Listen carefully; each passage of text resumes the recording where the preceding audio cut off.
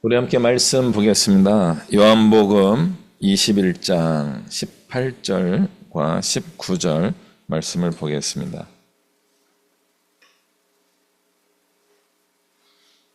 요한복음 21장 18절과 19절 말씀입니다.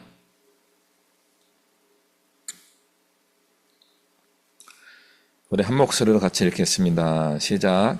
내가 진실로 진실로 내게 이르노니 내가 젊어서는 스스로 띠띠고 원하는 곳으로 다녔거니와 늙어서는 내 팔을 벌리리니 남이 내게 띠띠우고 원하지 아니하는 곳으로 데려가리라. 이 말씀을 하심은 베드로가 어떠한 죽음으로 하나님께 영광을 돌릴 것을 가리키심이라라. 이 말씀을 하시고 베드로에게 이르시되 나를 따르라 하시니. 아멘. 오늘 말씀 제목은요, 주님을 따르리입니다. 주님을 따르리.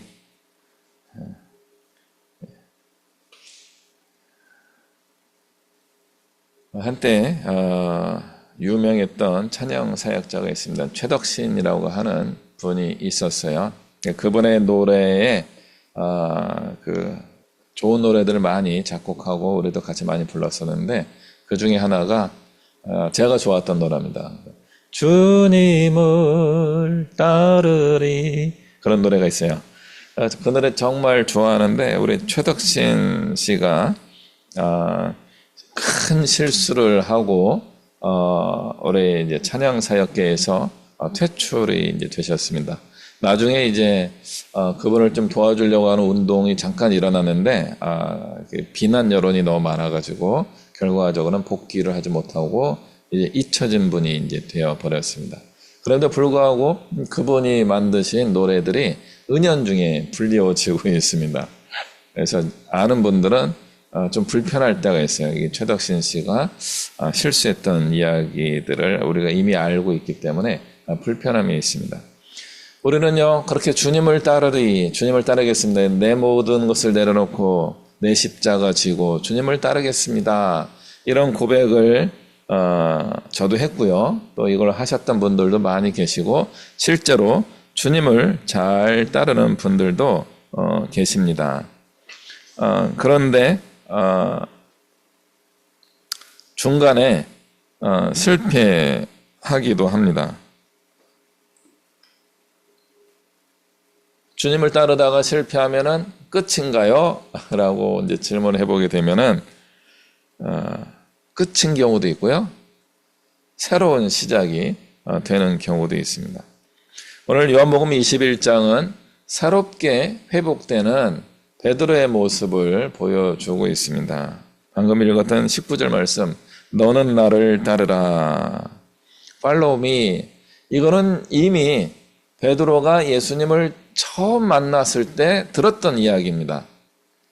베드로와 함께 낚시하던 그런 상황에서 예수님이 이제 기적을 이제 행해 주신 거죠. 그리고 그 베드로의 배에 올라타셔가지고 사람들에게 이제 설교를 쭉 하세요. 베드로가 배전에서 다 듣다 보니까 훌륭한 분인 거죠. 그래서 이제 불편한 거예요. 그래서 주님 나를 떠나세요. 나는 죄인입니다. 예수님 말씀 별로 좋은 말씀인데 들을수록 마음이 불편해져서 계속 듣고 싶지는 않네요. 나를 떠나세요. 이렇게 이야기할 때 예수님께서 내가 너를 사람을 낚는 업으로 만들겠다 하면서 나를 따라오너라. 그 말씀을 이미 3년 전에 하셨습니다. 3년 전에 하셨던 그 예수님이 오늘 요한복음 21장 3년 후에 또 말씀하시는 거예요. 나를 따르라. 주님을 따르리라고 이야기하는 고백이 잘 맞아서 순종할 수도 있습니다. 그러나 중간에 실패했다면 다시 따르면 됩니다. 우리는 그것을 신앙의 회복 이렇게 부르기도 합니다. 요한복음 21장의 배경은 디베랴 호숫가라고 합니다. 갈릴리 호수에 대한 별명이 되게 많아요. 어떤 분들은 이걸 또 바다라고 불러요. 갈릴리 바다. 바다가 아니죠. 굉장히 넓은 호수이기 때문에 바다처럼 보이기도 합니다만 제가 알기로는 민물 호수인 걸로 알고 있습니다. 그래서 이 물이 흘러가서 사해라고 하는 곳에 모이게 되면 짠물로 섞이게 됩니다. 그래서 이 갈릴리 호수는 생명이 넘쳐나는 그런 바다예요. 그래서 여기에 어업에 종사하면서 생계를 꾸려가시는 분들이 이제 꽤 있었던 거죠. 어부라고 하는 분들입니다. 베드로도 어부였습니다. 그래서 민물 호수에서 그물을 던져서 고기를 건져 올려 그것으로 생계를 꾸려가던 그런 분입니다. 부자겠습니까? 아니겠습니까? 부자가 아니죠. 그러나 살만했어요. 다 과거에는 다 그렇게 힘들지만 다 그렇게 살아가던 그런 시절이었습니다. 지난 3년간 꿈과 같은 시간이 흘렀습니다. 예수님을 따라서 생업도 포기하고 주님을 따라서 12명의 제자들, 또 심지어 더 많은 사람들과 무리를 이루면서 전국적으로 왁자지껄하면서 다닌 거죠. 아주 신났습니다. 많은 사람들이 예수님 옆에 오고 싶은데 베드로가 가까이 오지 마세요 하면서 이렇게 우리는 예수님 옆에 있는 사람들이야 하면서 그런 자부심도 느끼고 당당하게 살아갔던 멋진 3년의 시간이었습니다. 그런데 그 3년의 시간의 끄트머리에 왔을 때 예수님이 갑자기 돌아가신 거예요. 우리를 버리고 돌아가신 거예요. 배신이죠, 배신. 그 배신이에요. 배신감이 드는 겁니다. 우리가 당신을 위하여 충성하고 권신했는데 홀랑 돌아가시는 거예요. 주님의 하나님의 뜻을 이루겠다라는 명목으로 제자들이 꿈꾸며 왔던 것들을 다 무시하시고 십자가에 달려 돌아가신 겁니다. 어쩌면은 배신감도 있었을 겁니다. 그러니까 배신감, 섭섭함, 안타까움 이런 마음으로 예수님의 마지막 재판 자리가 찾아갔던 베드로가 본인이 배신을 하는 거예요. 몰라요. 모르는 사람이에요. 그러면 욕을 하는 뒤에 저 XX는 뭐 하면서 모르는 놈이에요. 막 저주를 한 거예요. 그때 닭이 울면서 그 예수님이 이미 하셨던 말씀이 기억난 거죠.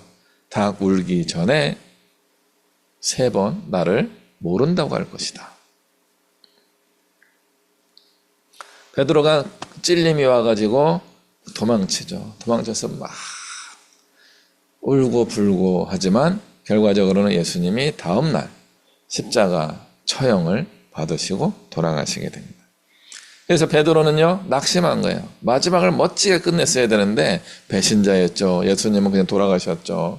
그런데 자기가 수석 제자니까 나머지 11명 제자들을 이게 추스러 가지고 야 어떻게 해볼까 이렇게 하면서 리더십도 발휘해야 되겠죠. 근데 본인이 뭐 할 수 있는 게 많지 않잖아요.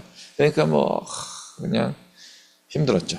굉장히 고통스러워하고 불편했을 겁니다. 그렇게 사흘이 지나고 난 다음에 예수님이 뿅 하고 나타나신 거예요. 와, 반갑죠. 감사하죠. 그래서 처음엔 너무 좋아가지고 예수님 막 무덤에 들어 빈 무덤도 확인하고 어디 갔지? 누가 훔쳐갔나? 막 그냥 정신없이 지냈는데 닫혀있는 그 집에 예수님이 나타나셔서 자신을 보여주신 거예요. 너무 기쁘죠. 예수님 살아나셨네요. 감사하죠. 이게 3, 4일 만에 일어난 혼미박산한 그런 사건들이었습니다. 그런 베드로에게는 어떤 상황이 닥쳐왔을까요? 죄책감입니다. 내가 예수님을 모른다고 부인했는데 심지어 욕을 했는데 우리 선생님이 그걸 아실 텐데 모르면 상관없죠. 예수님 하면서 이렇게 하면 되는데 예수님이 아시잖아요. 뻔히 아시잖아요. 예언한 대로 된 거고요. 마지막에 한번 둘러보신 거죠. 베드로하고 눈이 마주쳐갖고 죄책감에 도망간 거죠. 부활하신 예수님은 너무나 좋고 감사하고 반가운데 계속 같이 지내면 지낼수록 불편해지는 거예요. 계속 불편한 겁니다. 불편해져가지고 어떻게 하겠어요? 방법이 없었던 거예요. 그래서 잠시 예수님이 어딘가 다녀오시는 시간이 있었나 봐요. 그때 베드로가 나는 다시 고기나 잡으러 가야 되겠다 하고 고향으로 도망가 버려요. 갈릴리로 돌아와 버리게 됩니다. 도피입니다. 도피. 불편함을 견딜 수 없는 그런 마음이 좀 크신 분들이 애니어그램 7번이라고 하는데 베드로가 보통 애니어그램 7번이라고 보통 이야기하고 있습니다. 재미있고 좋은 일일 때 막 앞장서서 하시는 분인데 불편하고 고통스러우면요 약간 뒤로 움츠러드는 그런 분입니다. 고통회피라고 하는데 예수님하고 같이 있으면 있을수록 좋은데 불편한 거예요. 양심이 찔린 거죠. 그래서 불편함 때문에 그게 너무 커서 좋은 것보다 불편함이 커가지고 예수님을 떠나서 갈릴리로 도망가게 됩니다. 그리고 자기가 원래 하던 것, 어쩌면 자기가 가장 잘하는 것, 고기 잡는 어업에 다시 종사하게 됩니다. 그런 베드로를 예수님이 찾아오신 겁니다. 예수님이 찾아오셔가지고 아시는 얘기, 올 초에도 한번 같이 말씀을 나눈 건데 Do you love me? 내 양을 먹이라. 내 양을 치라. 내 어린 양을 먹이라. 자꾸 뭔가를 이야기하는 거죠. 어업을 하던 사람에게 목축을 하라고 계속 이야기하는 겁니다. 사람을 낚는 어부가 되게 하겠다라고 하는 그런 깨달음을 주셨던 예수님이 이제는 사람을 낚는, 구원하는 그 정도 사역이 아니라 이제는 양육하고 키우는 사역을 해라 라고 말씀하시는 겁니다. 양육하는 사역을 하기 위해서는, 키우는 사역을 하기 위해서는 오늘 최소한 두 가지가 보입니다. 한 가지는요, 실패를 포용할 수 있어야 돼요. 그러니까 우리 제자들이 잘못 없이 무조건 잘하고 승승장구하고 내가 시키는 대로 잘하는 사람이 되면 얼마나 좋겠습니까? 그랬는데 그걸 못하면요 막 화가 나는 거지. 저놈이 시키는 대로 안 하네. 그러니까 네 인생이 그거밖에 안 되는 거지 하면서 잘못을 지적할 수 있을 겁니다. 그런데 베드로는 잘못하는 사람들에게 잘못했다 이놈의 자식아 이렇게 이야기하기에는 본인의 잘못이 더 크게 다가오는 거예요. 나는 예수님을 부인하고 심지어 저주까지 한 사람인데 주님이 나를 회복시켜 주셨네. 그래서 자기 제자들에게 필필이라 그러죠. 생도들에게 예이 이렇게 하면서 너 잘해야지 잘못하지 이렇게 사람을 지적하고 잡으면서 훈련시키는 그런 아주 스파르타 훈련을 하는 것이 아니라 베드로는요 양심이 있으면 자기의 실패를 기억하면서 다른 사람들의 실패를 이해하고 인정하고 품어주면서 갈 수 있게 되었을 것입니다. 이게 굉장히 중요한 거예요. 인풋, 아웃풋이 기계적으로 딱딱 되면 얼마나 좋겠습니까? 하나님 말씀에 딱 들어와서 거룩하게 살면 얼마나 좋겠습니까? 그런데 내 안에 이 복잡한 메커니즘이 있어가지고요. 좋은 게 들어와도 이상한 게 만들어져 나가는 거죠. 더러운 게 우리에게서 배출이 될 수도 있는 거죠. 우리의 인생을 자꾸 그런 유혹에 맡길 때가 많이 있는 겁니다. 우리 이 본성은 그쪽으로 잘못된 쪽으로 흘러갈 가능성이 굉장히 큽니다. 계속 그쪽으로 가면요 지옥 갑니다. 계속 잘못된 곳으로 가면요 하나님의 징계를 받을 수 있습니다. 그러므로 돌아와야 됩니다. 회복하셔야 됩니다. 변화되셔야 됩니다. 거룩함을 추구해야 되는 겁니다. 그럼에도 불구하고 우리 하나님은, 우리 예수님은 실수할 수 있는 우리를 이해하고 다시 불러주시는 분입니다. 그러므로 하나님의 일을 하고 양을 치고 양을 키우고 양을 먹여야 되는 양육하는 사역을 감당하신 분은 어떻게 해야 되겠어요? 예수님을 닮아가야 되는 거죠. 사도 바울도요 초반에는 이게 잘 안 됐어요. 우리 마가라고 하는 바나바의 조카예요. 이 친구는 아니죠. 굉장히 이제 우리 어른 선배시긴 한데 이분이 젊었을 때에, 어렸을 때에 바울과 함께, 바나바와 함께 전도여행을 갔다가 배신하고 도망간 거예요. 너무 힘들었을 거예요.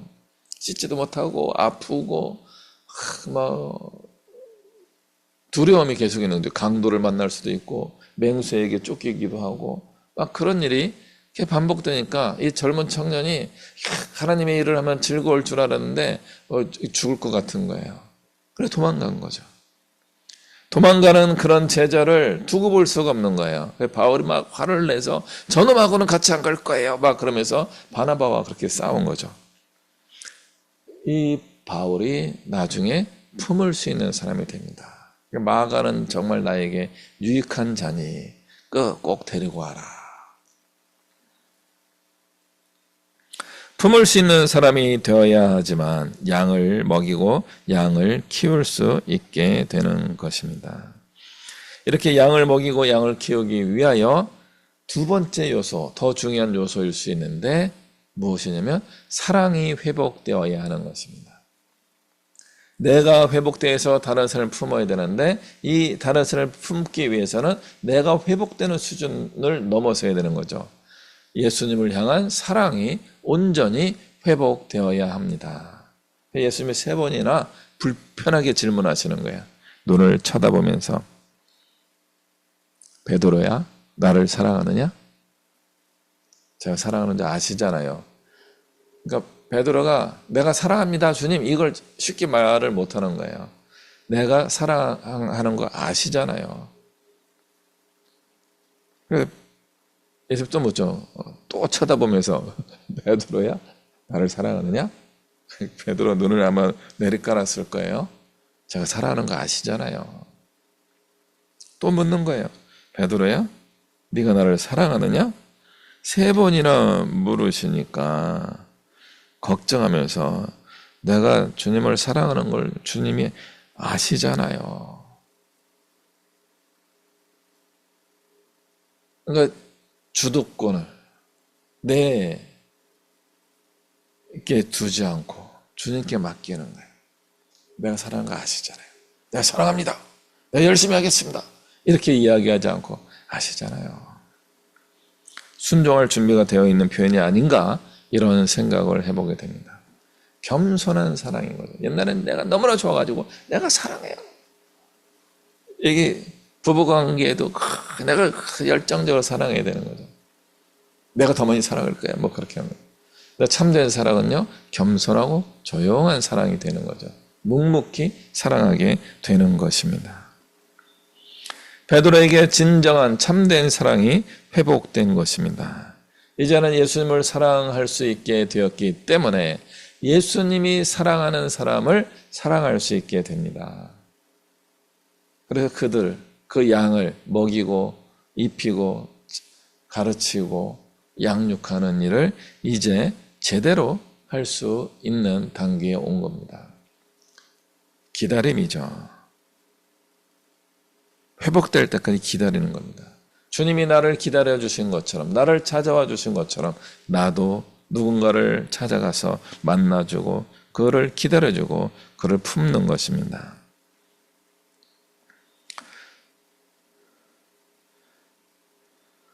이 목양이라고 하는 사역은 목회자만의 사역이 아닙니다. 여러분들도 이제 어떤 양을 먹이며 양육해야 되는 사명을 감당할 수 있게 됩니다. 왜냐하면 예수님이 질문하실 거기 때문에 나를 사랑하느냐? 여러분에게 물으실 겁니다. 어떻게 대답하시겠어요? 비슷하죠? 주님 내 사랑 아시죠? 이렇게 내 양을 먹이라. 주님의 제자된 사람들의 삶에서는요, 양을 먹이고 양을 키우는 삶을 사실 수 있어야 합니다.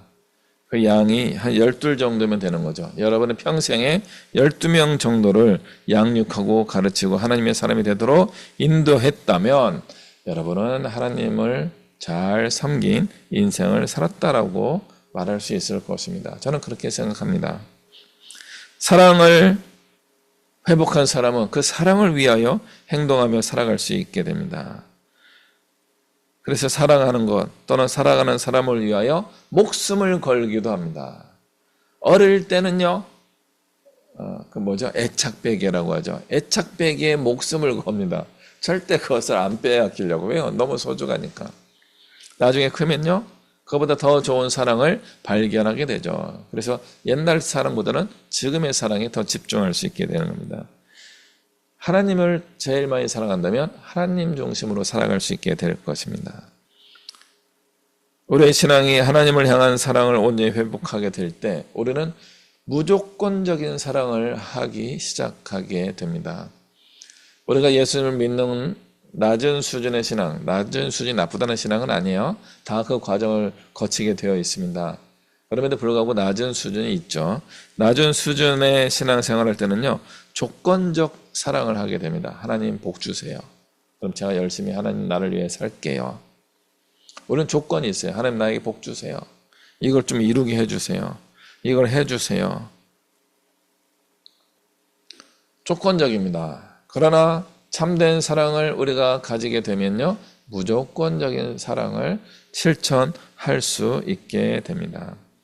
그러므로 디베라 호숫가는요, 우리의 사랑이 회복되는 장소입니다. 어디라고요? 우리의 생업의 현장입니다. 내가 가장 잘하고 내가 이것밖에 할 수 없다라고 하는 그 자리에 있을 때에 예수님이 찾아오셔서 그것보다 다른 더 좋은 일을 너는 할 수 있단다, 이렇게 찾아와 주시는 거죠. 가장 일상적인 상황에 우리 주님이 찾아오셔서 더 좋은 길로 우리를 인도해 주시게 됩니다. 오늘 18절 말씀에서 그럼에도 불구하고 예수님 중요한 말씀을 보여주고 계세요. 젊어서는 네가 스스로 띠를 띠고 너의 마음대로 네가 가고 싶은 곳에 가서 사역을 하며 살아갈 수 있지만, 나이가 들면 네가 팔을 벌려서 이렇게 있으면은 다른 사람이 너에게 띠를 띄우고 그들이 너를 데리고 갈 것이다. 이걸 저는 두 가지로 해석하려고 하는 겁니다. 한 가지는 이 요한복음에 해석되어 있는 것처럼 베드로의 순교를 의미하는 것입니다. 그래서 다른 사람들에 의해서 원하지 않는 곳에 가서 마지막에 삶을 마치시게 되는 베드로의 그 인생 후반전을 의미하는 것입니다. 그러나 중간 단계에 하나를 더 보게 되는 겁니다. 하나는요, 내 뜻대로 내가 계획을 세워서 사역을 하던 수준에서 이제는 불러주는 데를 찾아가는, 부름받아 쓰임받는 단계로 가기도 해야 된다라고 해석을 하게 되는 겁니다. 특히 나이가 들면요, 불러주는 데가 없어요. 그래서요, 지금부터 준비해 하셔야 됩니다. 불러주는데 열심히 다니시기 바랍니다. 그러면요, 나이 들어서도 계속 불러줄 겁니다. 저는 요즘 그런 깨달음이 들었어요. 예전에는 사람들이 제가 있는 곳에 와서 하나님 나에게 주신 그런 깨달음을 같이 나눴으면 좋겠다, 그런 생각을 많이 했습니다. 지금도 저와 함께 이런 줌으로라도 계속 만나주시는 거 감사드려요. 그러나 또 한 가지는 이제 그분들이 안 오시니까 그분들이 혹시라도 불러주시면은 제가 이제 갑니다. 어제도 이제 안양에 있는 세계 선교 신학원이라고 하는 데서 특강을 이제 하고 왔어요. 6월 달에 이제 2학기 개강을 하는데 그때는 이제 정식 강좌를 하나 주시겠다고 하더라고요. 안타깝지만 사례비가 많지는 않습니다.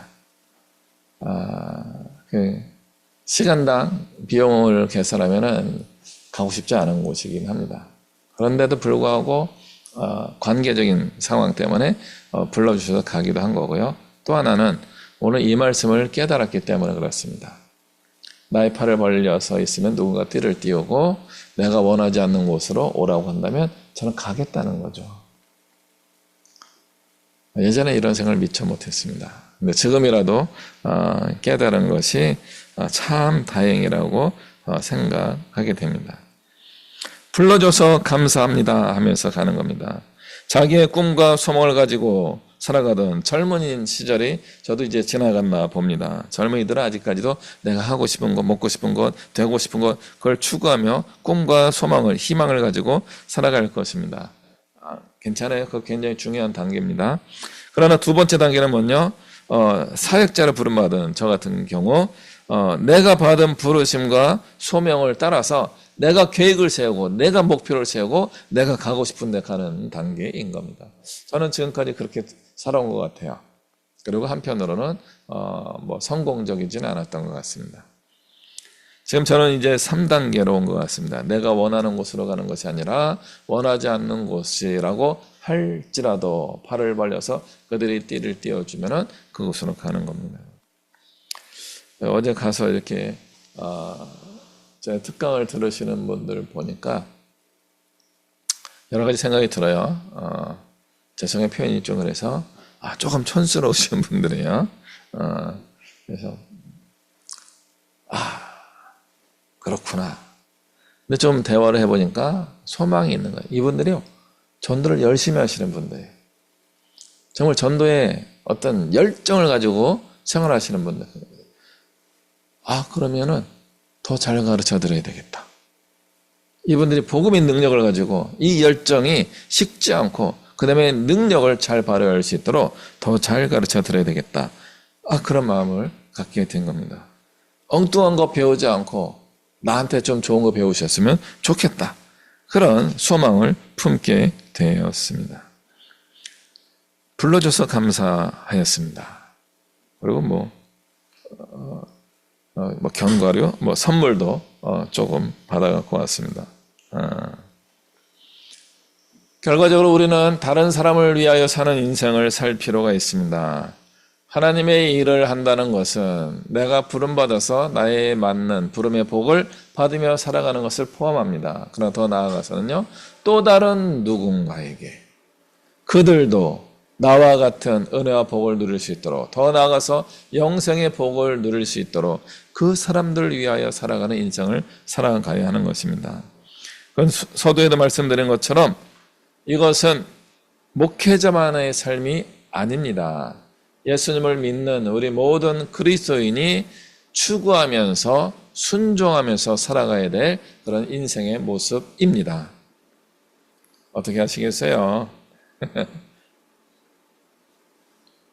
급하게 하지 않으셔도 됩니다. 많은 주님이 찾아오실 겁니다. 주님 찾아와서 나를 사랑하느냐 하면서 주님을 향한 우리의 사랑을 회복해 주실 것입니다.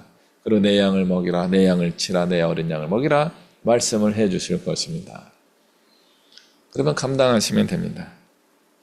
또 다른 사람들을 살리는 일을 하는 것, 이것이 우리 기독교 신앙의 이 땅에서 중요하게 해야 되는 그런 일이라고 할 수 있습니다.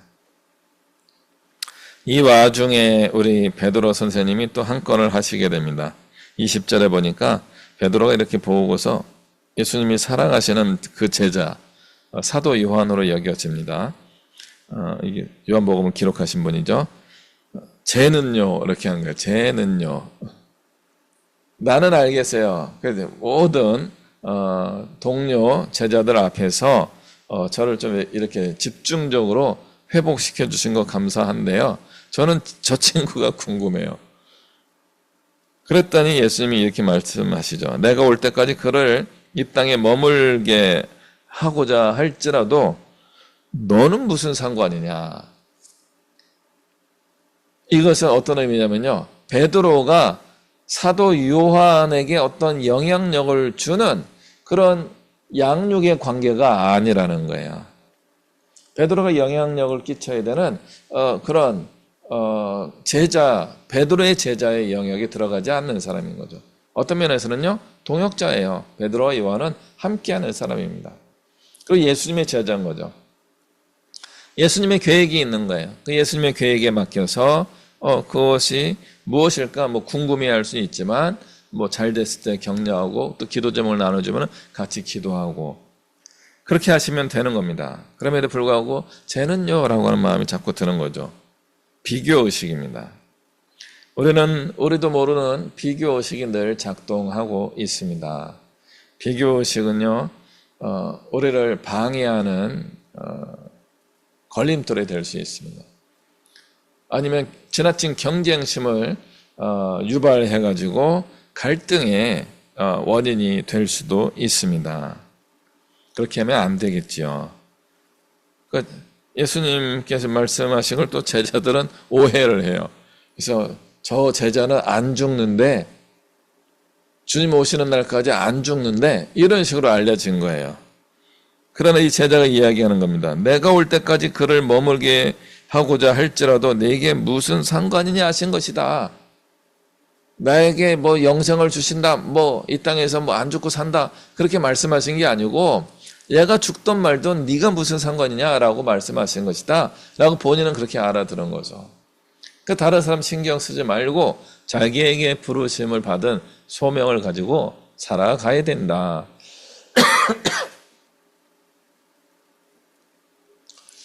우리만의 독특한 부르심과 사역이 있습니다. 다른 사람과 비교해서 저 사람이 하는 것과 같은 사역을 같이 할 수도 있어요. 그러나 다른 사역을 할 수도 있습니다. 같은 사역인지 다른 사역인지는 어떻게 알 수 있어요? 저 사람 거는 모르겠고 나는 내가 부름받은 사명을 감당하며 살겠다.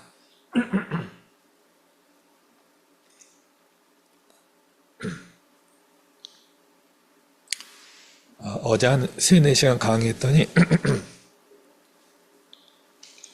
지금 약간 목에 무리가 왔네요. 잠깐만요.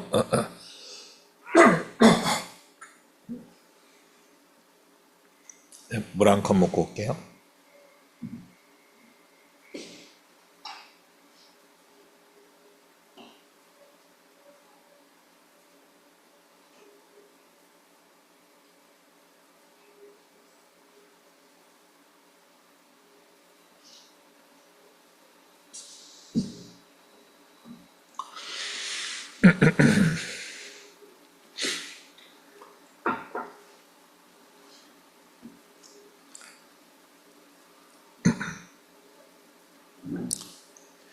그래서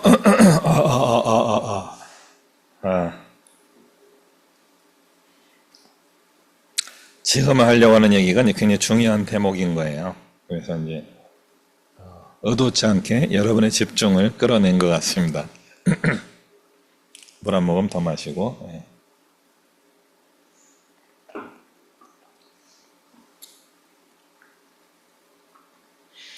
베드로가 저 친구에 대해 궁금해했잖아요. 그러니까 상관하지 마라, 신경 쓰지 마라. 예수님 대답은요, 굉장히 기분 나쁜 대답을 하신 거예요.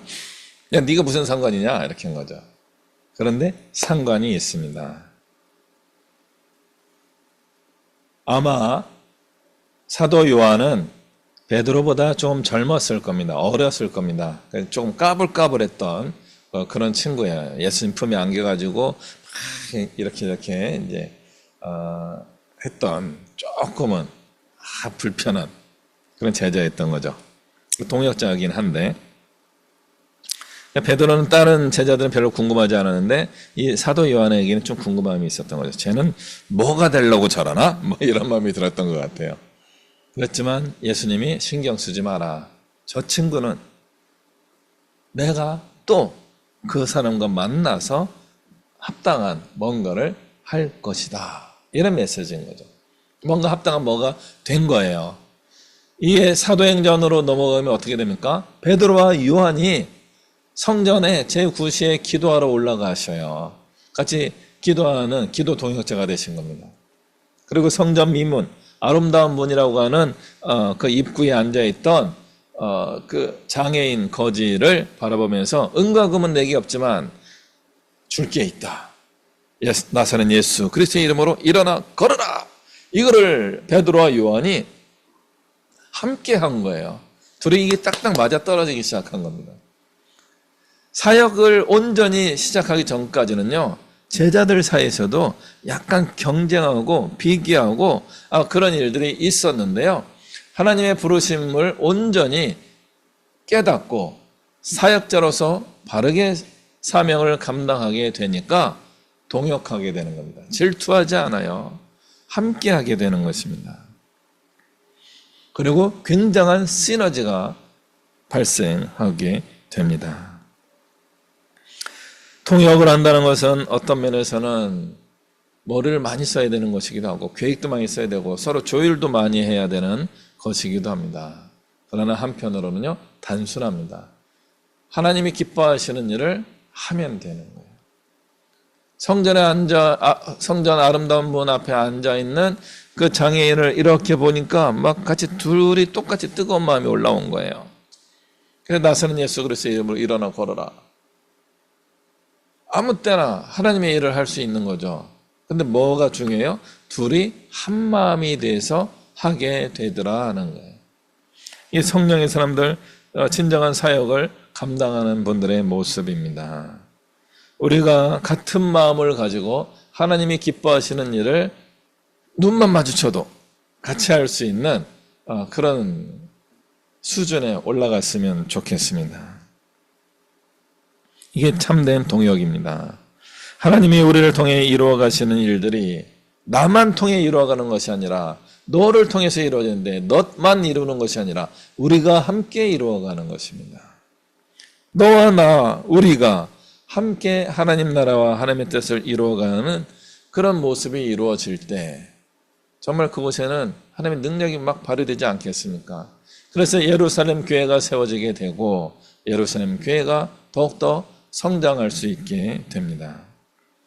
우리의 인생의 전반전에는 어쩌면 내가 하고 싶은 것, 목표하는 것을 추구하며 살아왔다면 후반전에도 그렇게 살아갈 수 있어요. 아직도 내가 꿈꾸는 것을 추구하며 살아갈지도 모르겠습니다.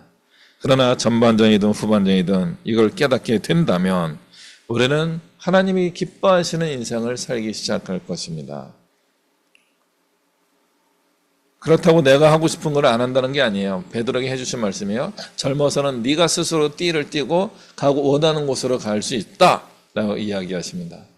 우리 하나님의 사람들에게 권해드립니다. 여러분이 하나님을 사랑하고 예수님의 뜻대로 살겠다고 이야기한다고 고백한다고 해서 여러분의 인생을 포기하는 게 아닙니다. 하고 싶은 거 다 하면서 하나님의 뜻을 이룰 수도 있습니다. 오히려 저희같이 이제 나이가 들어가는 세대들은요, 지금이라도 계속 쓰임받는 것을 감사할 수 있어야 됩니다. 불러주는 게 감사하고 하나님의 말씀을 전하기 위하여, 생명을 전하기 위하여 부름이 있는 곳에 늘 우리가 나아갈 수 있는 그런 준비된 자세를 가져도 좋을 것 같습니다. 우리는 하나님이 기뻐하시는 일들을 더 많이 할 수 있습니다. 혼자서도 할 수 있지만 같이 할 수도 있습니다. 그렇게 하나님은 함께 일할 사람을 찾으시고 회복시켜 주십니다. 오늘 디베라 호숫가에서 예수님이 베드로를 만나서 이 이야기를 다시 한번 해주신 겁니다. 내가 진실로 진실로 내게 이르노니 네가 젊어서는 스스로 띠띠고 원하는 곳으로 다녔거니와 늙어서는 내 팔을 벌리리니 남이 내게 띠띠우고 원하지 아니하는 곳으로 데려가리라. 19절 후반부에 나를 따르라. 그럼에도 불구하고 너는 나를 따르라. 디베라 호숫가와 같이 지금 현재의 삶에서 열심히 살아가고 있는 여러분, 주님이 부르십니다. 나를 따르라. 우리 모두 주님을 따르며 주님께서 회복하시는 복음 사역의 사역자들로서 하나씩 하나씩 하나님의 일들을 이루어가고 생명을 살리는 일, 양을 키우고 양을 먹이고 양을 양육하는 그런 삶을 우리가 지금 다시 한번 힘을 내어서 나아갔으면 좋겠습니다. 기도하겠습니다.